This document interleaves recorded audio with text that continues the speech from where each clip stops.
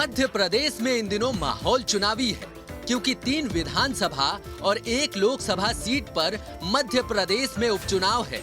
BJP ने भी इस चुनाव के प्रचार में कोई कोर कसर नहीं छोड़ी है। वीडी शर्मा ने प्रदेश में इस प्रचार का जिम्मा उठाया है और इसी प्रचार के दौरान न्यूज स्टेट के संवाददाता नितेंद्र शर्मा ने वीडी शर्मा के साथ वक्त बिताया और इस उपचुनाव की हर बारीक से बारीक जानकारी प्रदेश अध्यक्ष वीडी शर्मा से ली। वीडी शर्मा जी, क्या लग रहा है आपको? लगातार आप प्रचार कर रहे हैं, चुनावों का लगातार दौर चल रहा है, 8 दिन से लगभग प्रचार चल रहा है। अब आपको क्या दिखाई दे रहा है चुनाव में? देखिए, इस उपचुनाव में लोकसभा का और विधानसभा के तीनों जो उपचुनाव हैं, जिस प्रकार से जनता का व्यापक समर्थन, नौजवानों का और भारतीय जनता पार्टी के माननीय प्रधानमंत्री और माननीय मुख्यमंत्री के नेतृत्व में गरीब कल्याण की योजना का जो व्यापक जन समर्थन है, उसके आधार पर ये चुनाव हम प्रचंड बहुमत के साथ जीतेंगे। और कांग्रेस कहीं मैदान में दिखती नहीं है, लेकिन झूठ छल कपट की राजनीति करने का वो प्रयास करते हैं, लेकिन जनता भारतीय जनता पार्टी के साथ इस चुनाव में व्यापक समर्थन के तौर पर आज दिखाई देती है। ऐसा नहीं लग रहा कि चुनाव कहीं ना कहीं मुद्दों से भटक गया है? कभी कमलनाथ जी निक्कर की बात करते हैं, कभी कोई और बात आ जाती है, कभी किसी मंत्री पर आरोप लगते हैं, तो ऐसा नहीं लग रहा है चुनाव मुद्दों से भटक रहा है? नहीं, ये कांग्रेस इसको करने का प्रयास कर रही है। हम लोग चाहे माननीय मुख्यमंत्री हों या हमारे जो भी कार्यकर्ता काम कर रहे हैं, हम तो अपने संगठन तंत्र की मजबूती के आधार पर बूथ पर गरीब कल्याण की योजनाएं जो माननीय प्रधानमंत्री जी ने और माननीय मुख्यमंत्री जी ने दी हैं, उन मुद्दों पर जमीन पर जाने का काम कर रहे हैं। उनके पास न मुद्दे हैं, न नेतृत्व है, न संगठन है, तो अब वो क्या करेंगे? तो झूठ और इस प्रकार के आरोप, यानी अनर्गल तो ठीक है, मतलब बेहुदा आरोप लगाने का जो प्रयास करते हैं, जिनका कोई कहीं से कहीं तक कोई अस्तित्व नाम की चीज़ नहीं रहती, उनको भी वो आरोप लगाने का प्रयास करते हैं। तो ये कांग्रेस मुद्दों से, जब उनके पास कुछ चीज़ें नहीं है, तो भटकाने का प्रयास कर रहे हैं। 1 लोकसभा और 3 विधानसभा क्षेत्र में चुनाव है, स्वाभाविक रूप से इससे सरकार का कुछ बनना बिगड़ना नहीं है। तो ऐसे में बीजेपी का आगे इन क्षेत्रों के लिए क्या, बीजेपी का क्या विजन है, बीजेपी क्या प्लान कर रही है इन क्षेत्रों के लिए? देखिए, भारतीय जनता पार्टी लोकसभा में श्रद्धेय नंदू भैया जी के दुखद निधन के कारण से सीट हमारी रिजर्व खाली हुई। आज उस लोकसभा में भारतीय जनता पार्टी ने जो काम किए और विकास की, मैं तो कहता हूं कि नंदू भैया जी ने जिस प्रकार से वहाँ एक विकास की गंगा बहाई, उस यात्रा को आगे बढ़ाना, तो एक कार्यकर्ता जो उनके साथ कंधे से कंधा मिला करके काम कर रहा था 25 सालों से, जिला पंचायत के अध्यक्ष रहे ज्ञानेश्वर पाटिल, उनके काम को देखने के लिए APJ अब्दुल कलाम आए थे। तो एक ऐसे अच्छे कार्यकर्ता को भाजपा ने उतारा है, तो उन कामों को आगे बढ़ाने का संकल्प लेकर ज्ञानेश्वर पाटिल, भारतीय जनता पार्टी का एक एक बूथ का कार्यकर्ता, हमने कहा है कि लोकसभा में हर कार्यकर्ता प्रत्याशी है, विधानसभाओं में हर कार्यकर्ता बूथ का वो प्रत्याशी के तौर पर काम कर रहा है। तो चाहे विधानसभा हो चाहे लोकसभा हो, विकास के मुद्दे पर आगे उस क्षेत्र का हम और अच्छे से अच्छा प्रयास कर सकें और गरीब कल्याण की योजनाओं पर हर गरीब को जीवन को बदलने का काम जो भारतीय जनता पार्टी की सरकार केंद्र और राज्य के अंदर कर रही है, उन योजनाओं को और प्रभावी हम बना सकें। इसके लिए चुनाव हमारे लिए बहुत आवश्यक है और इस चुनाव में जनता व्यापक समर्थन है। उपचुनाव पर बातचीत यही नहीं थमी। वीडी शर्मा से सवाल किया गया कि कांग्रेस लगातार उन पर निशाना साध रही है। इस सवाल के जवाब को भी वीडी शर्मा ने अपने ही अंदाज में दिया। इन दिनों देखा जा रहा है कि कमलनाथ जी और दिग्विजय सिंह दोनों के निशाने पे अचानक वीडी शर्मा ज्यादा आ गए हैं, तो क्या एकदम से ऐसा हो गया कि मतलब वीडी शर्मा जी पे लगातार निशाना साधा जा रहा है? नहीं, वो वीडी शर्मा तो ठीक है, वो मेरे पे निशाना साधते रहे, उससे कुछ होता नहीं है, क्योंकि हम तो अपना काम करते रहते हैं। चरैवेती के मंत्र पर चलते हैं, तो हमें कोई अंतर नहीं पड़ता। हम तो संघर्ष के मैदान से निकल करके आए हैं और दिग्विजय सिंह की लाठियां खा करके आए हैं, तो इसलिए हमको चिंता नहीं होती है। लेकिन मुझे ऐसा लगता है कि 28 विधानसभाओं के उपचुनाव थे, तब भी कमलनाथ जी ने कहा था कि हमारा टारगेट भाजपा का संगठन है। तो आपको ध्यान में हो, मैंने कहा था कि कमलनाथ जी आपने अपना काम पूरा कर लिया, आप हमारे हनुमान को जागृत कर दिया, आपने संगठन को टारगेट में ले लिया और 28 विधानसभाओं के उपचुनाव में भाजपा के कार्यकर्ताओं ने पॉलिटिकल माइंड सेटअप से निर्णय लेकर के बताया था कि अपनी सरकार और मध्य प्रदेश को बचाने के लिए कैसे स्टार्ट दिया जा सकता है। जो परंपरागत विरोधी रहे उनको भी स्वीकारोक्ति दे करके उनके लिए जी जान से काम किया था। और कमलनाथ को मुंह की खानी पड़ी, वो 15 अगस्त को शपथ ले रहे थे। अभी उन्होंने प्रदेश के अध्यक्ष पर भी आक्रमण किया है। हमारे मुख्यमंत्री जो गरीबों के लिए 24 घंटे खड़ा रहता है उन पर आक्रमण करते हैं। तो भाजपा का कार्यकर्ता और आम जनता ये बेहतर जवाब एक लोकसभा और 3 विधानसभा में भी जरूर देगी। इससे इनके भ्रम और जो मुंगेरी लाल के सपने वो देख रहे हैं वो जरूर समाप्त हो जाएंगे। जिस जगह पे पृथ्वीपुर में जहाँ चुनाव हो रहा है वहाँ पर ब्रजेंद्र सिंह राठौर जो पूर्व मंत्री थे उनके निधन हो गया था, उनका बेटा चुनाव लड़ रहा है। कांग्रेस स्वाभाविक रूप से वहाँ सिंपैथी के नाम पर वोट मांग रही है। सिंपैथी वोट का भाजपा कैसे मुकाबला कर रही है वहाँ पर? देखिए, सिंपैथी किस बात की? न पृथ्वीपुर के अंदर कोई विकास हुआ, न पृथ्वीपुर के अंदर उस गरीब आदमी को कोई मान सम्मान मिला। पृथ्वीपुर के अंदर क्या वहाँ दहशतगर्दी या सामंतवाद की सिंपैथी थोड़ी है। जनता वहाँ अंदर से बहुत इनके दहशत के साथ और प्रताड़ित रही है, हर समाज वर्ग के लोग। इसलिए इनके गुंडिज्म पर मैं कहना चाहता हूँ, एक भाई हाथ रखेगा और एक भाई अपराध करेगा।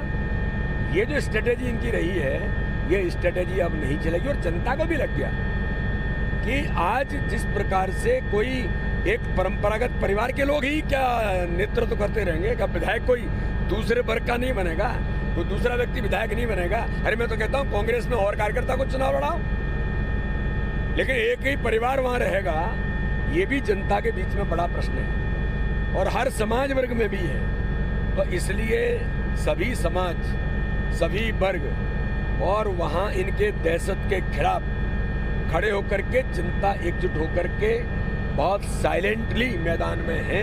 ये चुनाव के परिणाम आएंगे तब ये पता लगेगा।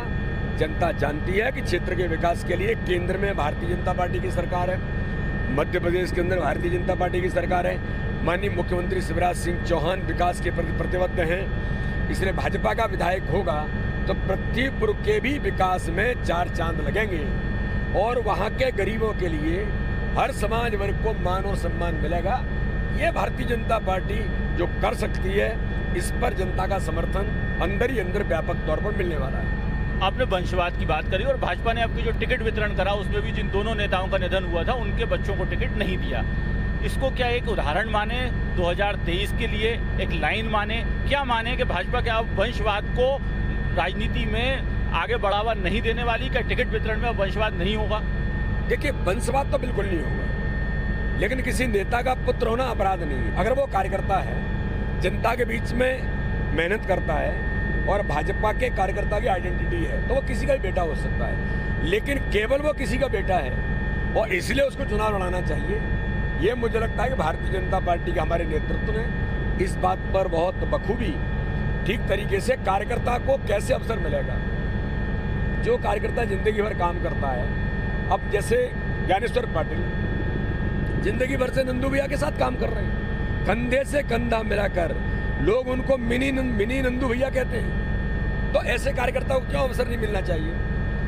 तो इस प्रकार से अगर कोई नेता का बेटा होने के नाते से मुझे लगता है इसको अवसर न मिल करके कार्यकर्ता जो है वो नेता का बेटा भी हो सकता है, लेकिन कार्यकर्ता की पहचान है जरूर चुनाव लड़ेगा।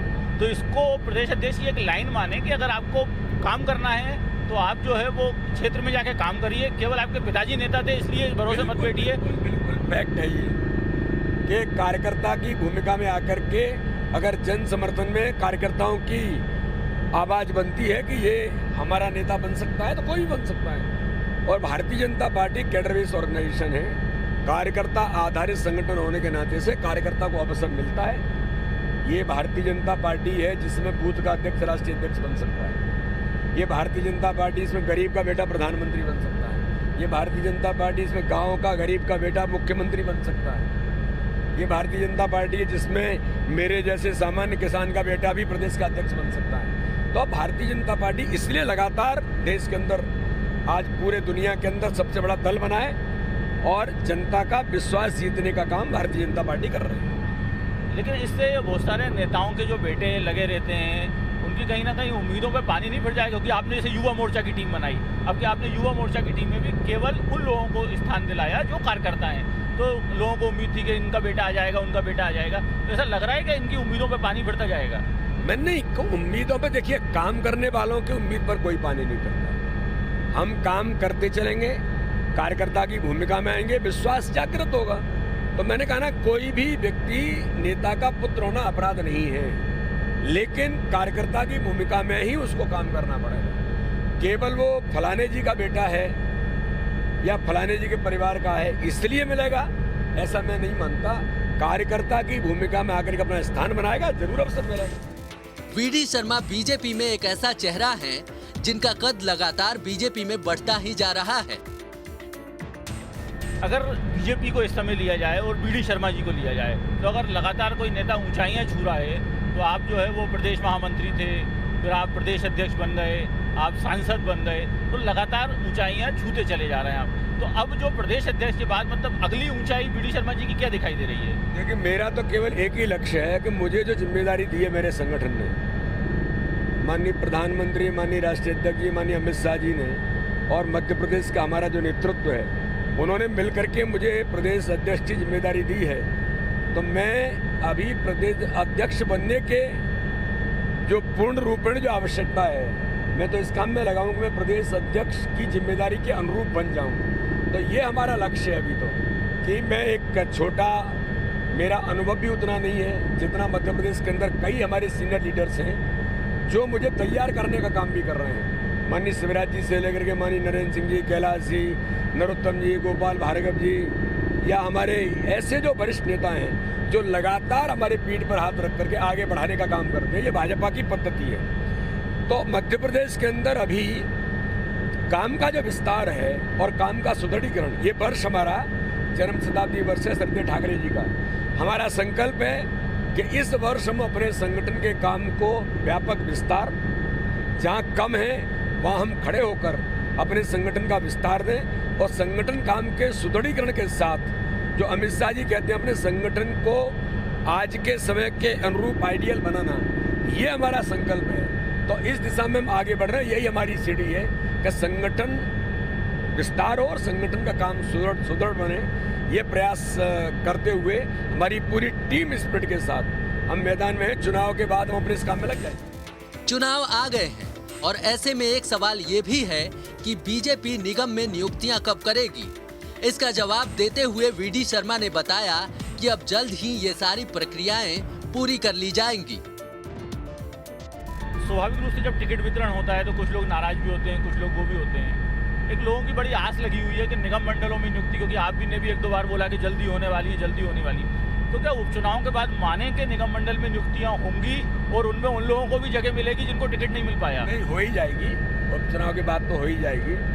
और कभी कभी लगता है कि किस कार्यकर्ता को कहाँ स्थान देना, किस कार्यकर्ता को देना, इसमें थोड़ा प्रक्रिया में समय लगता है। और चूँकि कोविड का महामारी का संकट लगातार चलता रहा, प्राथमिकता हमारी कोविड के महामारी के संकट से निपटना था। दिन रात एक करके माननीय मुख्यमंत्री, हमारा पूरा मंत्रिमंडल, हमारे पूरे पदाधिकारी इस काम में लगे रहे, और मुझे लगता है कि ऐसी जो चीजें हैं वो भी जल्दी है।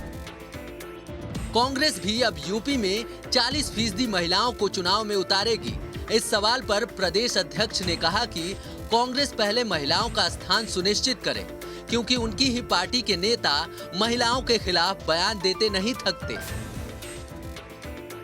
मैं थोड़ी उत्तर प्रदेश की चुनाव की ओर भी ले आता हूँ कि आपका एरिया भी उससे लगा हुआ है, खजुराहो के। उत्तर प्रदेश में कल प्रियंका गांधी ने जो है वो कहा है कि कांग्रेस 40% महिलाओं को टिकट देगी इस चुनाव में। आप किस दृष्टि से देख रहे हैं इस समय देश की राजनीति को, और कांग्रेस ने जो उत्तर प्रदेश में ये बात कही है उसको कैसे देख रहे हो आप? देखिए, केवल बयान देने से नहीं होता है कि हम 40% महिलाओं को देंगे।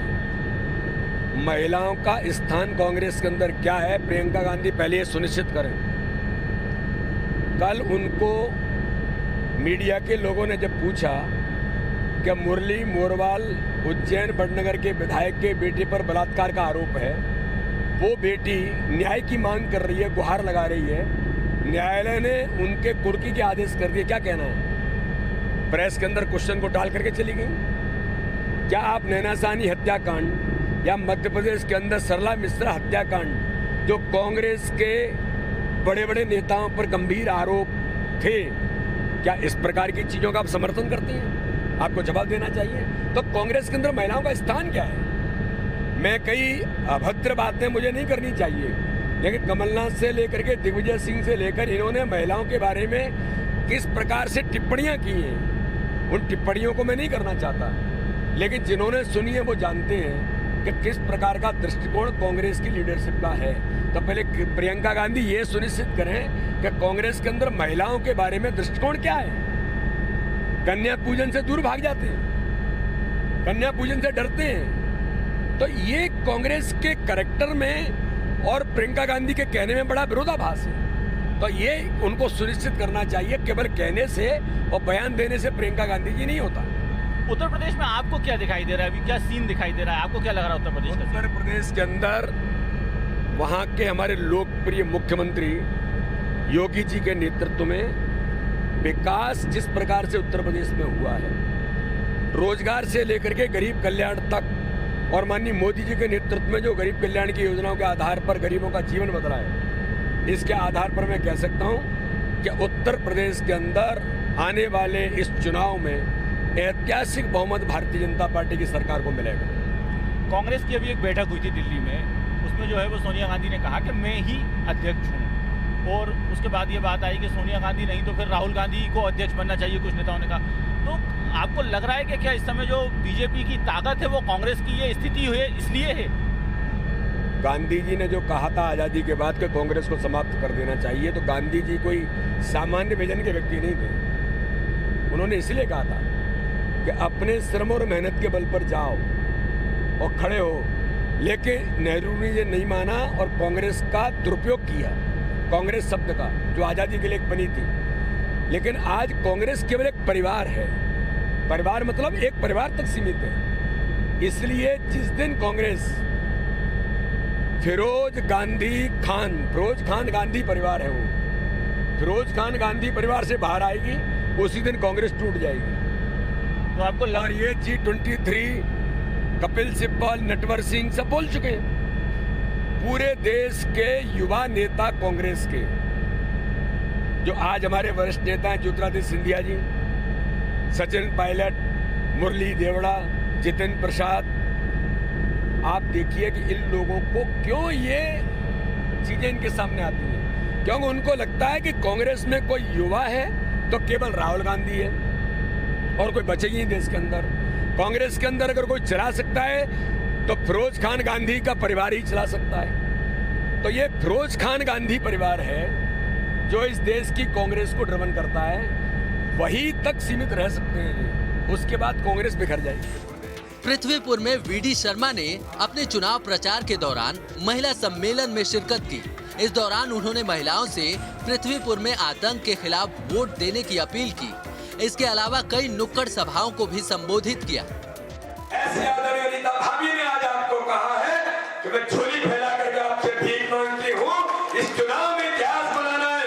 ऐसी मेरी भाभी अनीता आज के लिए जोरदार तालियों से आप अभिनंदन करिए। ज्योतिरादित्य सिंधिया कांग्रेस से बीजेपी में आए, लेकिन क्या बीजेपी में दूसरे कांग्रेस नेताओं के लिए जगह है जिन्हें बीजेपी में जगह नहीं मिल पा रही? इस सवाल पर वीडी शर्मा का ये बयान भी सुन लीजिए। तो जैसे ज्योतिरादित्य सिंधिया का आगमन हो गया भाजपा में, और भी जो युवा कांग्रेस के आपके हिसाब से मचल रहे हैं या बेचारों उनको स्थान नहीं मिल रहा, क्या उनका भी भाजपा स्वागत कर रही है क्या? भारतीय जनता पार्टी में हमने तो लोगों से कहा है कि बूथ बूथ पर कांग्रेस के जो एजेंट हैं या जो कार्यकर्ता हैं, उनको लगता है कि साहब मोदी जी के नेतृत्व में देश आगे बढ़ रहा है और हम जो कुछ करना चाहते हैं, जैसे बहन सुलोचना रावत हमारी आज भारतीय जनता पार्टी की प्रत्याशी हैं, उन्होंने कहा कि जनता के जनजातीय क्षेत्र के उन लोगों के लिए, आदिवासियों के लिए, जनजातियों के लिए जो काम आज मध्य प्रदेश की सरकार माननीय शिवराज सिंह चौहान के नेतृत्व में पैसा एक्ट कानून से लेकर